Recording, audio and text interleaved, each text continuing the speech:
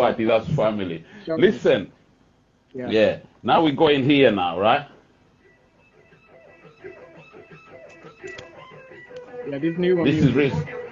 This is real spiritual now. This is. Yeah, now this is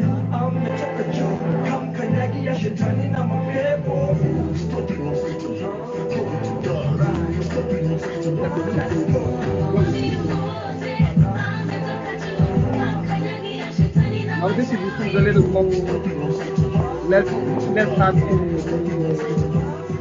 again, it's more the commercial, I think. I think I love, like, how can I say, not necessarily commercial, is your diversity, kind of. That's what I'd say, because even like with the BPM and all that, some people, some MCs that I know, or rappers or poets, they find it hard to fit in pockets in different BPMs and different melodies, something that at least from where I'm standing, you've never struggled with it. You see what I'm saying? Or if they fit in these pockets, they don't have bars that are saying anything. You see what I'm saying? Right? They fit in the pocket, then there'll be less bars. You know what I mean? But you don't seem to be having that kind of trouble, and which is a beautiful thing.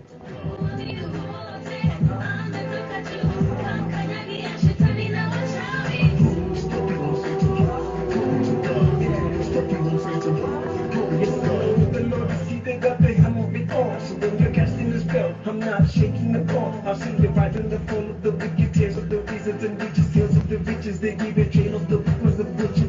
Yeah, he's some timing on call. They realize the visit that divine for more. For the power to breathe. Another genie for 3 shillings, a chunk for 4. Love potion and all. Going for riches from a rich, cause living so poor. Your situations in life, but not changing for sure. I saw the Lord, no Illuminati, no denying. They slew the king for what you denied. To be flying, then it's a God, but it's not say I'm free. Come on, get it up on your eyes. Don't be easy, just a cultural thing. Open your eyes, when you started the truth, you gotta be there. Decide for the eyes of the heavenly things.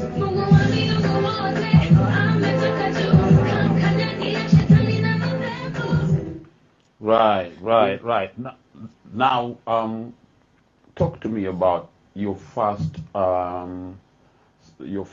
song now as a gospel artist. How was that process? And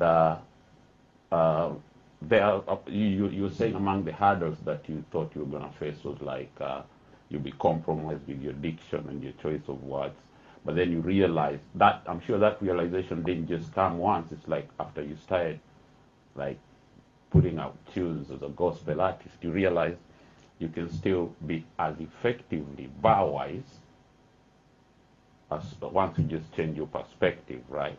So talk to me about that first song when you were recording, and which one was it, and how did that go? How was it received?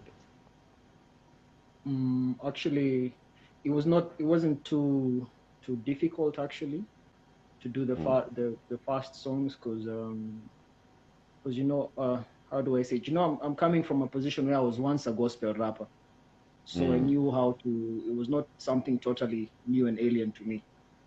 So I had some ideas, but what I wanted to do, I didn't want to be a conventional gospel rapper. I wanted to retain my identity. As you know, this is still the same Cactus we know. He's just got a change in values, just a change in values. But we keep the flow is there. The values have gone up a bit. The personal values and spiritual values are kind of just a change, a change in what I deem to be right or wrong, you know. But it wasn't so difficult, because you know, mostly if you listen to a lot of my music, I talk about what makes it easy for me is that I'm not I compose out of my life and the life of other people around you. Experiences I've gone through, and experiences like I had someone say, oh, they went through this and that, and I built something around that.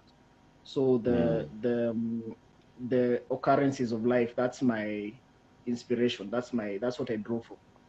That's what I draw from. So it's never really, I don't sit down and say, let me make a good gospel track or a good this or that. I just look and I find something that resonates and it fits in. Like that song you just played, just now, yeah, where I'm Kanyagia, saying Kanyagia Shetani. Kanyagia Shetani. It was that song was inspired because I had a friend I was close with. We did a lot of music with him. He was a really good, but the guy was a witch. You know, he was serving Satan. Like he was really, really serving Satan in a scary way. So you know, it's one of those things. Is when I've changed and I've become now born again. Then I start recollecting and I'm like, wow. He even used to talk about it, but I'd be like, no, he's just joking, you know. But the guy was a real mchawi, and he really messed me up in many ways. And so I was like, I picked that up. I was like, now, you know, we serve a higher power. That's what it's about. Deep. We serve a higher power. That is deep. When this was happening, when you were working with this individual, did you know that? Or you didn't? You know, by that time, you know, I'm just high all the time. I'm drunk. I know. It didn't cross my mind that this guy is manipulating certain things in my life and doing some funny rituals and stuff. You know, it's when I'm in the studio. It was really weird. It's some really weird stuff. Was it coming in the really, studio? Really weird. That? You wouldn't believe if I told you. You know, it was a really manipulating.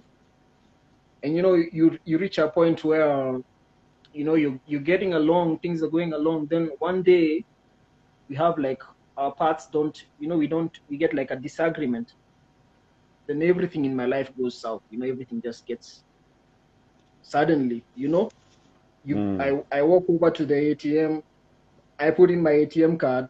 I can't remember my ATM my PIN number, and that's a number I have for years. You know, I don't even think to put it in. I can't remember it. You know, the machine is literally swallowing muscle my card. memory. Everything is just going haywire. And then it's when I'm doing my meditation, I'm like, you know, in spirit I can feel something is just telling me, this guy, there's something he did to manipulate you.